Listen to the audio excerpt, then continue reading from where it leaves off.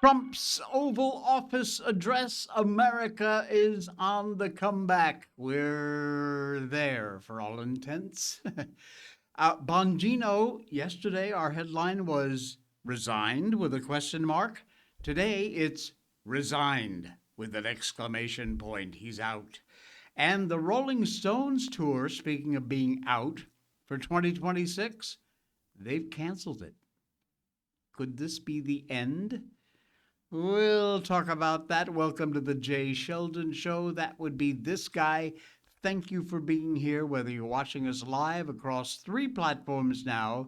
We're experimenting on YouTube. We're also, of course, on X and on Rumble, our main base. And yes, indeed, thank you for popping by. We appreciate it. If you haven't yet subscribed, that's all we ask of you. It's free. Hit the subscribe or follow button, whatever it is on whatever platform you're watching. We really appreciate that. You want to give us an extra bonus? Give us the thumbs up. That's helpful too. We appreciate it. All right. Yeah. Good morning, Danny. Good morning, Marilyn. Hello to both of you guys. And if you are watching on video delay, hello to you, wherever you may be across the U.S. or anywhere on the planet, really. We've got viewers and listeners around. This show's also a podcast, by the way. If you just want to hear the audio part of the show, you can do that. Just go to Spotify, Apple iTunes, any podcast platform. We're on most of them. And check for the Jay Sheldon Show. Hit that subscribe button and you are good to go. All right. Last night, President Trump spoke from the White House. Honestly, it was not what I was expecting at all. I thought, like a lot of news media outlets, it had been leaked to them. Some say Trump actually set up that leak to see where his little leaking faucets were. But I thought possibly war with Venezuela. I was hoping and praying it would be a giant speech about disclosure of non-human intelligence and aliens. Will that ever happen? Honestly, at this point, I don't know. I hope so. I pray, but I kind of doubt it. But he did talk big time about the economy, energy, foreign affairs, a whole lot more. This address to the nation just a week before Christmas. And the President and War Secretary Pete Hegseth, along with First Lady Melania Trump, attended a formal dignified transfer ceremony at Dover Air Force Base. And then just before leaving Dover, Trump gave a teaser on the message of last night's address. He also shared a reminder on the speech tonight as he returned to the White House, said, "We'll see you tonight." Earlier in the day, Press Secretary Caroline Leavitt hinted about the speech covering Trump's 47 historic accomplishments on the border, inflation, what's to come, and another hopeful major move Wednesday. Republicans in the U.S. House passed a health care plan, which now moves on to the Senate for consideration. But his main message last night was amazing. Putting America first, and we are making America great again. Very simple. We are making America great again. Tonight, after 11 months, our border is secure. Inflation is stopped. Wages are up. Prices are down. Our nation is strong. America is respected. And our country is back, stronger than ever before. We're poised for an economic boom, the likes of which the world has never seen. Soon we will host the World Cup and the Olympics, both of which I got. But most importantly, we will celebrate the 250th anniversary of the Declaration of Independence. There could be no more fitting tribute to this epic milestone than to complete the comeback of America that began just 1 year ago. When the world looks at us next year, let them see a nation that is loyal to its citizens, faithful to its workers, confident to its identity, certain to its destiny, and the envy of the entire globe. And the envy of the entire globe. You got it, Mr. President. Fantastic. That's not the only thing he talked about. He also mentioned a fantastic idea. In honor of our nation's founding in 1776, they are sending every soldier in the U.S. military $1,776 as a thank you for their service. How about that? 1,450,000 military service members will receive a special, we call Warrior Dividend before Christmas, a Warrior Dividend. In honor of our nation's founding in 1776, we are sending every soldier $1,776. Think of that. And the checks are already on the way. Nobody understood that one until about 30 minutes ago. We made a lot more money than anybody thought because of tariffs, and the bill helped us along. Nobody deserves it more than our military, and I say congratulations to everybody. Absolutely, congratulations. What a fantastic idea. Brilliant. Brilliant. There was some positive moves ahead of Trump's address to America. Relates to this high confidence in the U.S. economy from the very people who often grow it through investments, hiring. Axios reporting Wednesday, and they're not exactly pro-Trump people over there, the results from two recent polls of execs and investors, both showing they are bullish on where we're headed. How about that? Investors' optimism is at the highest level since August of 2021. That is amazing. On the economy, that's according to a Bank of America survey of more than 200 fund managers. Wow. One of the major points President Trump made in his speech, which lasted just under 30 minutes, it was a relatively short speech. It's on the exact economic policy shifts from former President Biden's team, including affordability, explaining that it goes hand in hand with the illegal immigration calamity, all of course caused by Biden. And take-home pay for Americans, he said. You are going to have it booming compared to President Biden. Factory wages up $1,300, construction workers $1,800, mining worker wages is up by $3,300. Boom, boom, boom. Wow. Trump added one more epic fact about employment during the new administration. With every new job created happening in the private sector, 100% of all the new jobs created under his admin are in the private sector. Folks, that is huge. They talk about all these created jobs, and if they're just government jobs, they don't mean diddly squat. It's just your taxpayer money more being wasted. When 100% of the new jobs created are not government jobs, they are all in the private sector, that, my friends, is enormous, enormous news. He brought up the corruption of politicians, hurting Americans, hurting their welfare, including the Somali grift in Minnesota under the Democrat admin. Spoke about reverse migration, a lot of illegals self-deporting over the last year since he returned to office, which is a big boon for Americans looking for jobs, looking for homes. He also announced some news saying that all service members, as we just told you, will get this warrior dividend of 1776. And with an eye to the future, he talked about the U.S. World Cup competition. Fantastic. Great speech. Not what I was expecting, but brilliant speech, nevertheless. Absolutely brilliant. All right, chat's going crazy. What are we talking about? I was trying to listen with the kids, but I didn't. But he didn't mention mortgages going down, making buying houses more affordable for the younger generation. Because I'd sure love a cheaper mortgage. You're right, he didn't. But what he did mention is that with all of these people either self-deporting or getting escorted out of the country, it is leaving a lot of homes and houses and rentals open. So I think in general, that's going to probably cause the prices to come down and, of course, the availability to go up. Wow. kids were jacked up on hot chocolate and candy canes, so I had trouble hearing. Oh, man. What a great, I haven't had candy canes in forever. Hot chocolate I'll have every now and then just as a treat. But there's no better Christmas thing than you take the candy cane and you stick it in the hot chocolate, gets that peppermint flavor with hot. Oh, all right, Jay, stop talking about that. You're gonna make yourself go obsessing again. It was supposed to be a smiley face, but it didn't work. Oh man!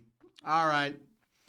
Dan Bongino has confirmed. He has made it official in an X post, announces he will step down from the FBI, sends out gratitude to Trump, Kash Patel, and all of America.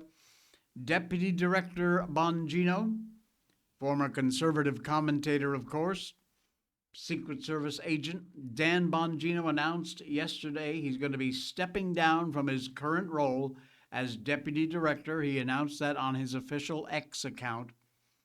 Wednesday also, Trump was asked about this announcement, and he had this to say about Mr. B.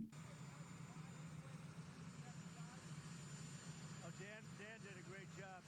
I think he wants to go back to his show. Yeah, I did. That's a quick cut, but he said Dan did a great job, and I think he wants to go back to his show. Man, I hope so. When he accepted this FBI position, he was placed on Westwood One's network radio program. District Columbia commentator Vince Coglianese, Vince's show is in the Dan Bongino slot. It is not exactly clear how easy it would be for Bongino to return to the airwaves, although the incredible amount of fame, recent high-profile history seems there's very little doubt that he will do exactly that. Early as last June, there were some rumors of Bongino's possible displeasure with his work at the FBI, rumors of a pending departure. That all turned out to be not true. Now, however, as I said, he has absolutely confirmed that with an official post on his official X profile. So he's had a bunch of misgivings apparently about this job since last July. He clashed with Pam Bondi over the handling of the Epstein files. He reportedly weighed in the idea about quitting at the time, and a lot of frustration with the lack of transparency. Now, all of this at this point is just rumor. We don't know exactly the details of what went on behind the scenes. What we do know for sure is he has announced his resignation, and he's done so as graciously as you would expect from Dan Bongino, and frankly, that's enough. We would simply thank Dan for his efforts, wish him success in whatever he decides to do after his departure, and wish him good luck. Hopefully, if we're lucky, he'll be right back here on this airwaves and right back in his regular 11 a.m. time slot, which is just after our show. So we would certainly welcome him back with open arms. I was a big fan previously, and I am still a big fan. So, yeah, great, amazing Dan Bongino. Hopefully we will get him back. Something is not right with this shooting at Brown University. Something is just off. Former FBI criminal profiler has said exactly that. Something's not right about this Brown shooting investigation. He says, to me, it's more than a coincidence that this young woman was killed who happened to be one of the few representatives of the Republican side of the House in that particular very far left university. And folks, it is. Brown University is about as left as you can get left. Says, what the heck did the guy yell when he walked in the door? No one will release that information. You know what it probably was. If it comes out later, Brown University or the Providence PD is holding back what they said because it wasn't politically correct, well, that is going to be a really big problem. He was interviewed on Jesse Waters' show earlier. Do you have a theory on this case? Was this a crime of opportunity? This was a soft target, guy goes in, comes out, and that's it, kind of mad at the school? Or was he going in there to kill a specific individual? Yeah, in my earliest media hit on Monday morning, that's what I said. And as soon as I saw the name of Ms. Cook, who was the vice president of the Republican Club, I just couldn't rule that out. I look at this as a profiler. I've been on many task forces over the years, anthrax and the murder of a DEA agent, 2 professors murdered at Dartmouth College at their home. And we have to walk in with every single option. Was someone specifically targeted? And to me, it's more than a coincidence that this young woman was killed, who happens to be one of the few probably representatives of the Republican side of the House in that particular very far left university. Exactly. Something smells, something stinks about this case. Is it possible that Brown University is protecting this suspect?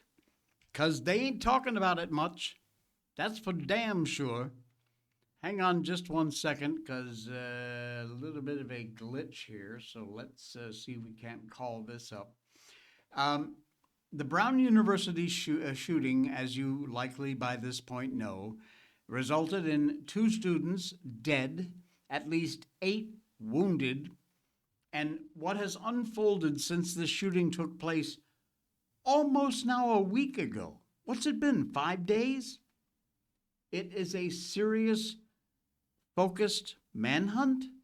I don't think so. It's more like institutional panic and narrative control. A gunman opened fire in the engineering building Saturday. Sunday, Monday, Tuesday, Wednesday, Thursday, 5 days ago.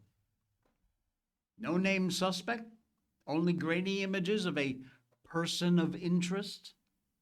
The FBI's gotten involved, releasing enhanced video of the person of interest, offered up to $50,000 for information, agents going door to door looking for camera footage, repeated briefings. The lack of any solid leads is obvious, fueling suspicion that officials may very well be shielding a potential suspect. Officials from Brown City have held press conferences, but they've offered up nothing but evasive answers, frustrating you and I rather than reassuring the public. For example, police repeatedly refused to address reports the shooter shouted Allah Akbar, and that alone has raised doubts about the investigation's transparency, whether or not they're competent. And then Brown University's behavior itself, which has taken this story from a tragedy to deeply, deeply suspicious. Internet sleuths quickly noticed that Brown was quietly pulling down web pages connected to the student assistant Mustafa Karbouche, leaving a lot of people to wonder if there was a connection between pulling his web page information down and the investigation.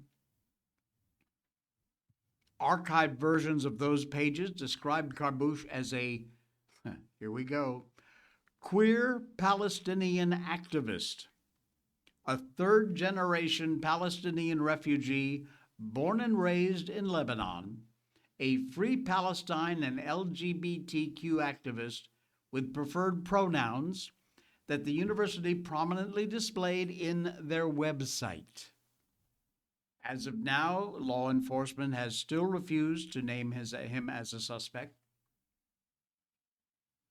Officials keep repeating there are no suspects in the case. His digital life online is this Mustafa character, being completely wiped out. And Brown's explanation for this cleanup job, it just made it worse. The university put out a statement saying that a member of the campus community was dealing with harmful doxing activities and that it was not unusual to limit access to online information to protect someone's safety. We're not buying it. Reporters keep trying to get straight answers. Officials' responses, it looks like a meltdown, frankly. Rhode Island Attorney General Peter Nerona snapped when asked about the removal of Karbush's profiles and scolded reporters that they were playing a dangerous game. That's an exact quote from him, instead of calmly explaining what Brown had done and why.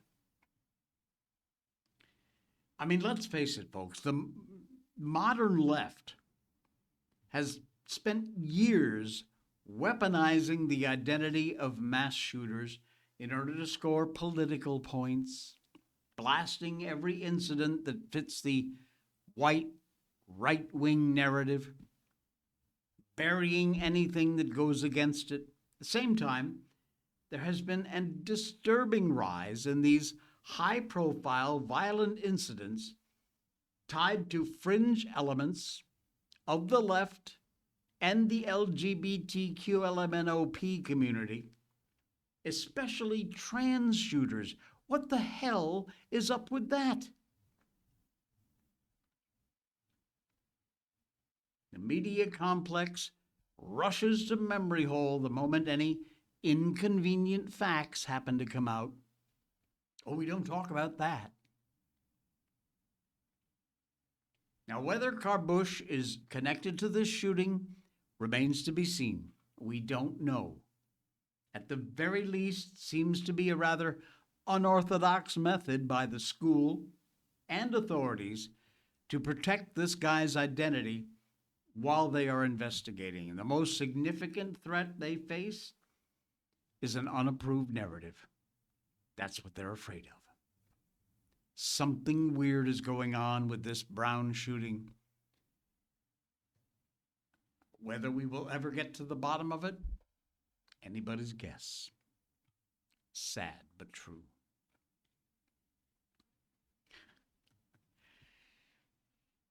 I found this article and I thought it was so cool. It's a post on X from A. Gene Robinson. And I don't know if you've ever seen this guy. He runs a YouTube channel. It's called Fridays with Frank. He is I don't know if he's highway patrol, sheriff's office, whatever, but he is constantly uploading pictures of him arresting people he pulls over for speeding and traffic violations. It's a fascinating channel. I mean, if you like cops, it's kind of that without all the running around. But it's at AI Buffalo Tonight.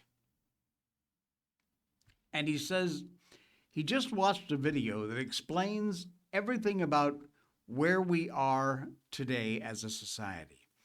A kid flying a Mustang through a residential street, 50-mile-an-hour zone, and he's doing 121 miles an hour. Homes, driveways, kids, completely ignored. Could not possibly give a crap less. Gets pulled over, and this sheriff's deputy looks at him and says, "Your generation is lost. Am I wrong?" "You are not, Mr. Frank." It wasn't an insult.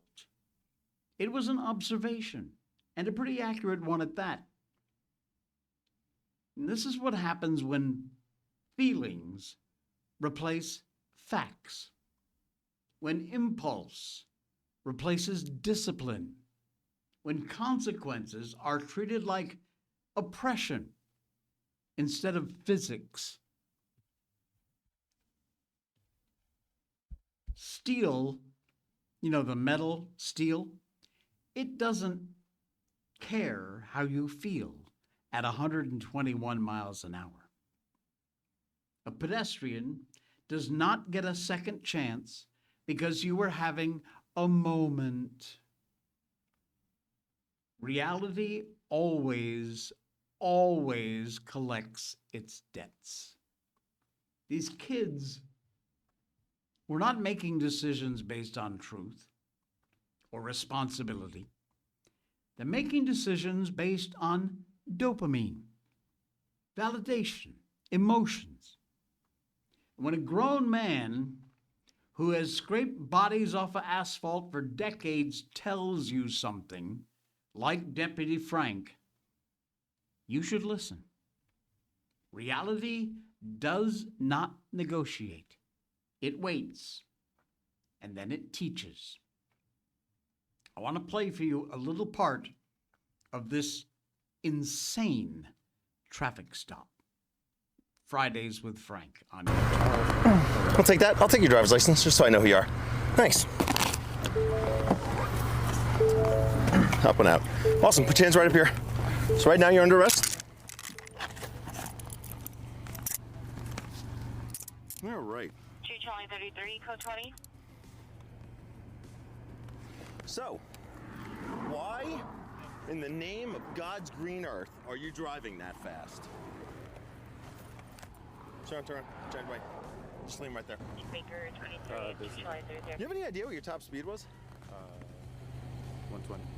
120. I think I locked you in at 121 or 122. You know what the speed limit on this road is? I believe it's 55. It's 50. So why are you driving more than double the speed limit on a 50-mile-an-hour road? I was trying to... I know it's not a perfect excuse for driving that high. Well, there is no excuse. So saying that it's perfect, it's not a perfect excuse would mean that there is a perfect excuse, and there isn't one. No. Tom 16, I have one in custody. I apologize. Tom 16, 1605. Tom 20, 20 negative. Okay. Close 25, 2021. No, you actually look exactly the way you do in your picture, too. Okay. Tom 16, we have posse units available in Charlie. Okay. So you're just totally okay with 120-something miles an hour in a 50? You're just like, that's a good idea. Oh, no. Tom 16, that's negative. I was just trying to get home quick. That's it. Just trying to get home. Just trying to Okay.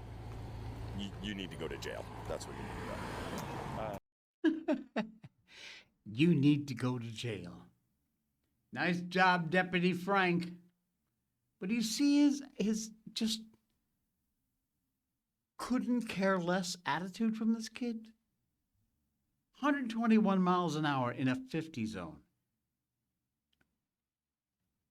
And just no consequence, no reality about the consequences of what he had to do or what could have happened.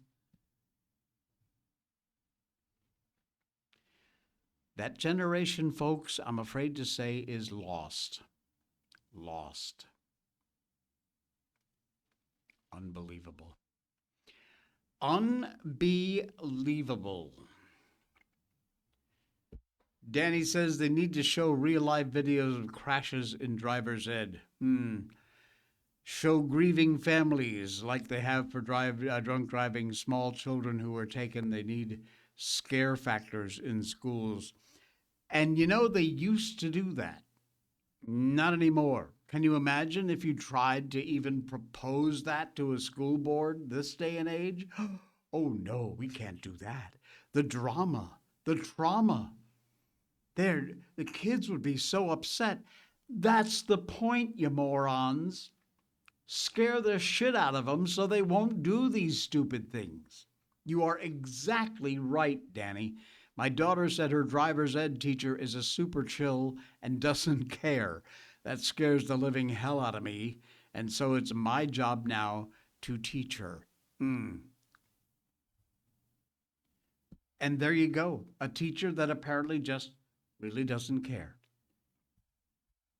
Infested in every school across this country. Whatever the subject. Particularly when it comes to driver's ed, where you are putting that multi-ton trunk of flying steel in the hands of some untrained, I don't care, blasé 16, 17, 18-year-old. Did you see that car too? That was a Mustang. And how old is that kid? Maybe 20, 22 years old? Lost. Absolutely lost. Can they get it back? I doubt it.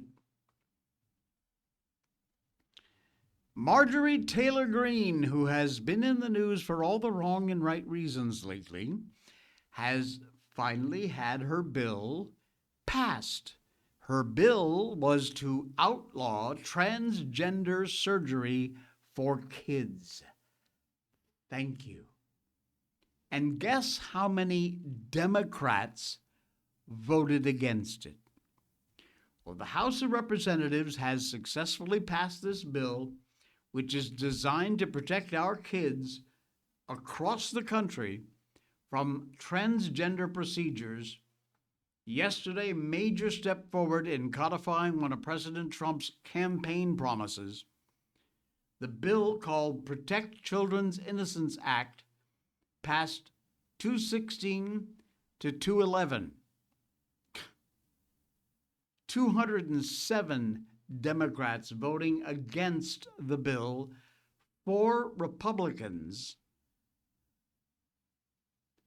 Mike Lawler from New York, Brian Fitzpatrick, Pennsylvania, Mike Kennedy of Utah, and Gabe Evans of Colorado. 3 Democrats, Don Davis, North Carolina, Vicente Gonzalez of Texas, and Henry Cuellar of Texas, joined in with the Republicans, 213 of them, in supporting the legislation. The bill from Marjorie Taylor Greene would make performing transgender surgeries or procedures on minors a felony. Yes. Offenders would face a penalty of up to 10 years in federal prison, with fines on the table as well. This expands the definition of chemical castration and genital or bodily mutilation in the federal code to a variety of transgender chemical, surgical procedures, lays it all out there. It also provides exemptions for treatment of rare conditions and medical emergencies, of course. And there are no exemptions, however, for mental health-related issues. I feel like I'm a woman. Not cutting it anymore. Puberty blockers, cross-sex hormones, all those treatments, as well as a bunch of surgical procedures, banned for use on children under federal law. Thank you. Left-wing activists, medical institutions have been targeting America's kids with dangerous drugs, disfiguring surgeries, irreversible permanent sterilization. All that's been going on. And Greene said, "My bill stops the mutilation of kids and holds those responsible for performing or facilitating these barbaric procedures accountable." Hallelujah. Yes, you're right, Marilyn. It still has to go through the Senate, which could be a bit of a problem, although hopefully not. We'll keep an eye on it. But it's a big, big step forward, a great step forward. So, good news. And I got more good news. Before we do that, though, we want to tell you about the folks at Patriot Mobile. Patriot Mobile is one of our better sponsors on this show. We love these guys to death, and they are the only conservative Christian mobile service provider in the country that really walks the walk and talks the talk. Folks, when something goes viral, you can rest assured every Tom, Dick, and Harry is going to try and jump on the bandwagon, trying to pass themselves off as patriotic, conservative companies. Guess what? They're not. For more than 10 years now, Patriot Mobile has been America's only Christian conservative wireless provider. They are right there with us in this fight. Patriot Mobile has been a great supporter of this show. They are the only cell phone service provider that's actually right there on the front lines defending our freedoms, First and Second Amendment, the right to life, religious freedom, supporting our military, first responders. When you switch to Patriot Mobile, you are supporting a company that is defending free speech, the sanctity of life. All those things you and I believe in, they believe in them too. Making that switch is easy. They've got a bunch of different plans they can put you in. Work with their 100% US-based customer service folks. They're there to help you. Switching is as easy as 1, 2, 3. Unlimited talk and text, US-based support, coverage guarantee, same values you and I hold near and dear to our hearts and live every day. So does Patriot Mobile. The link is in our show notes. It's easy to remember, patriotmobile.com/J, J-A-Y. When you sign up using that link, you will get your first month free. Yep, your first month is paid for. I'm taking care of it for you. Your first month free. Get signed up using our link. Any questions? Maybe you're under contract now. You think you can't get out of it? Not true. Check out, talk to their customer service people. They have lots of ways over there to maybe even get you out of that contract and into a new one with a company that supports our values. patriotmobile.com/J. Thank you, Patriot Mobile, for keeping it real. Appreciate that. All right. Where are we going now? The National Guardsman who was shot, Andrew Wolf. The news just keeps getting better. He is now having a full conversation with people and doing incredibly well. U.S. Attorney Jean Pirro, Judge Jeannie, I should say, Judge Pirro, she says she visited him and he is doing great. This is her on Fox News. Andy Wolf, who was shot, the National Guardsman. Yes. I visited him in the hospital yesterday. He's doing great. He's having conversations. It is amazing. He's been lifted up by the prayers of America. Thank you for the update. That is a Fox News alert we are happy to bring to everyone. Thank you so much, and Merry Christmas. Dana. How about that? Wow. Fantastic news. God is good. Not expected at one point in this situation to even survive. And yet here he is. Fantastic. Absolutely fantastic. Well, guess what San Francisco's doing? They are apparently now ready to apologize to Black residents. And reparation advocates want more. Of course they do. San Francisco supervisors are planning to offer a formal apology to Black residents for decades of what they call racist laws and policies which were perpetrated by the city. They're planning a formal apology. Board of Supervisors scheduled to vote next Tuesday on a resolution apologizing to African Americans and their descendants. All 11 members have signed on as a sponsor, which pretty much guarantees it'll pass. And it would be one of the first major U.S. cities to do that.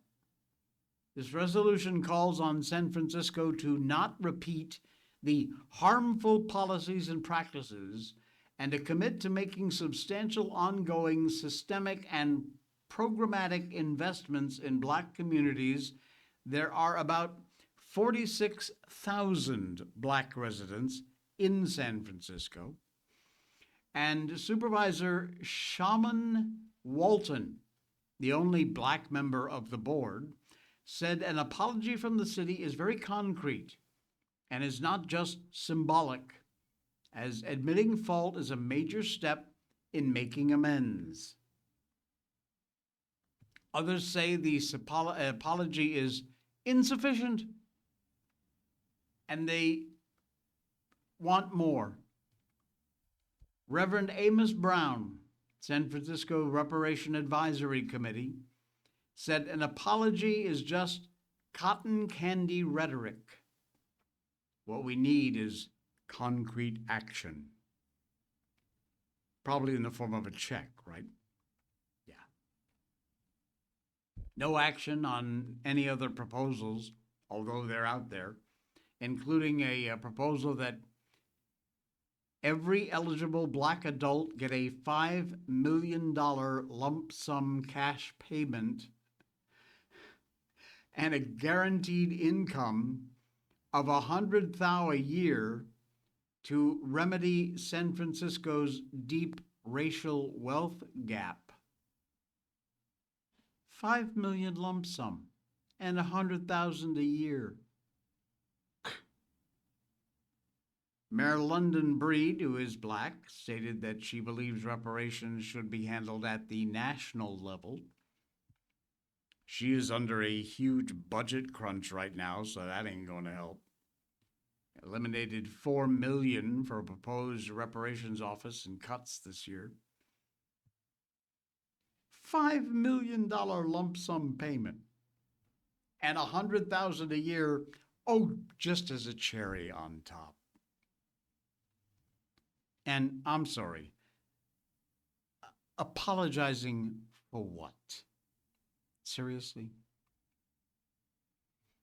Danny says, the second you said San Francisco, I was already rolling my eyes. Yeah, you know what?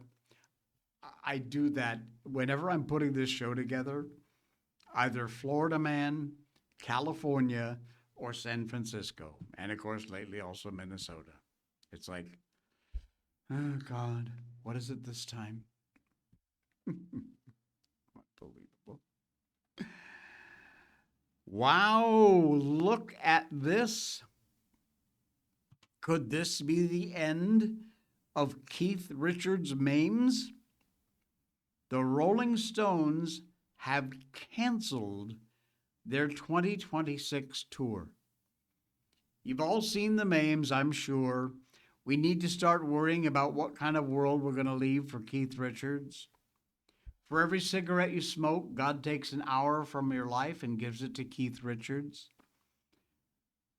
These are the daughters of Keith Richards. When they die, he will inherit everything. But now, the Stones have called off their 2026 tour. The reason why suggests that the indomitable Keith may not be quite as indestructible as we had all hoped.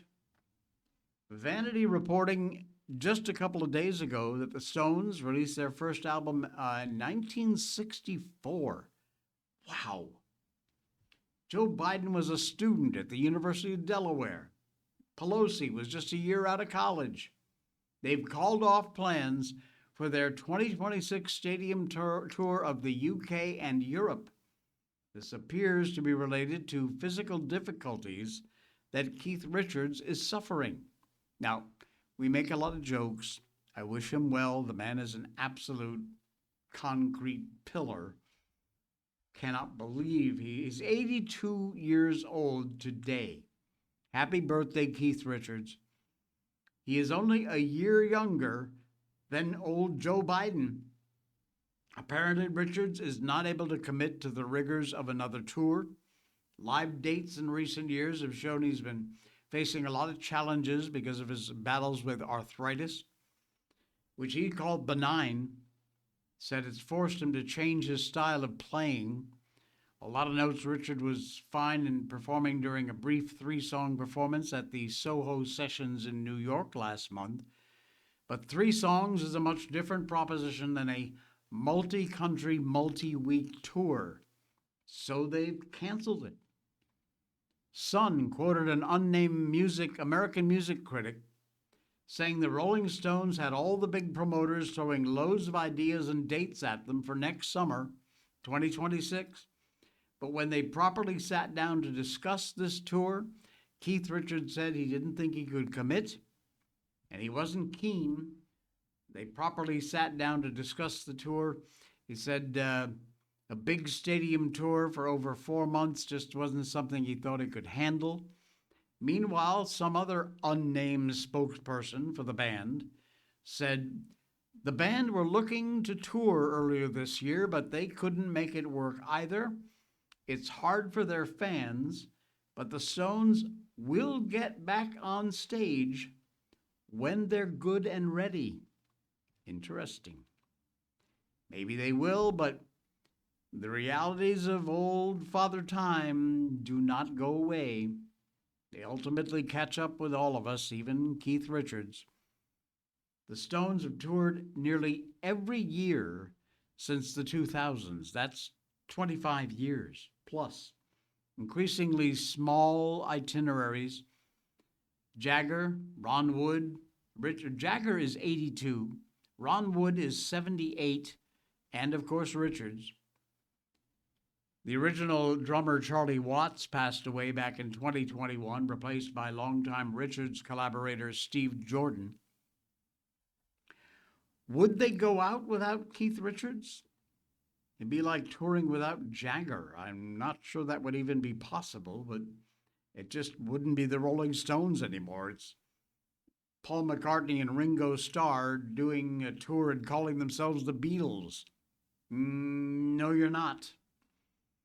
Looks as if finally time is running out for the Stones, and Keith Richards is not made of iron and everlasting.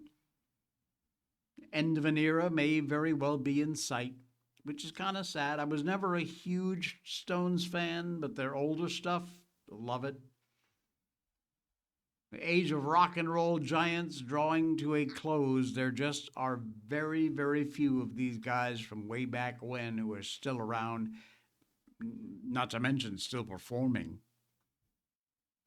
No musical acts of any of them today even comes close to the Rolling Stones, the Beatles, Steppenwolf, Jethro Tull. All those amazing, the Stones, the Who. There's another group, the Who. Bob Dylan, whom I can't stand. Even Michael Jackson you'd have to include in that list, although he came along a bit later. End of an era. Mick and Keith, Paul and Ringo, when they finally passed from the scene altogether, some of the last elements of contemporary pop culture that bound nearly everybody together, at least with some sort of common frame of reference. The splintering up of the political sphere in recent years, mirroring in the splintering of the culture, instead of one American people, there are innumerable little groups of people here and there, each with their own heroes, their own cultural frame of reference, its own music, its own art. Groups like the Stones brought us all together. Yes, some people hated them, most people loved them, but groups like that just don't exist anymore. And when they're gone, there ain't nobody on the charts coming up behind them to replace them. It truly will be the end of an era. Danny says, I felt like this with the legendary Betty White. I thought she would live forever. She was just the best. Wasn't she, though? Exactly right. End of an era. And the end of our show for today. Thank you, folks. Thanks for popping by. Appreciate it. We will be back tomorrow for the Friday edition. And please do shop some of our sponsors, help to support the show. We appreciate that. Blackout Coffee, Patriot Mobile, all the good folks who help to sponsor this show. The list is right down there in those show notes. Most importantly and free is for you to follow the show or subscribe, whatever it may be, on whatever platform you're watching. We are live on X, Rumble, and with a little bit of an experiment going on, we're trying to get back out on YouTube and see what happens. Works some days it doesn't. I'm tired of thinking about it. So I'm going to go take a nap, and then I'm going to get started with the rest of my day. You do that too. See you tomorrow.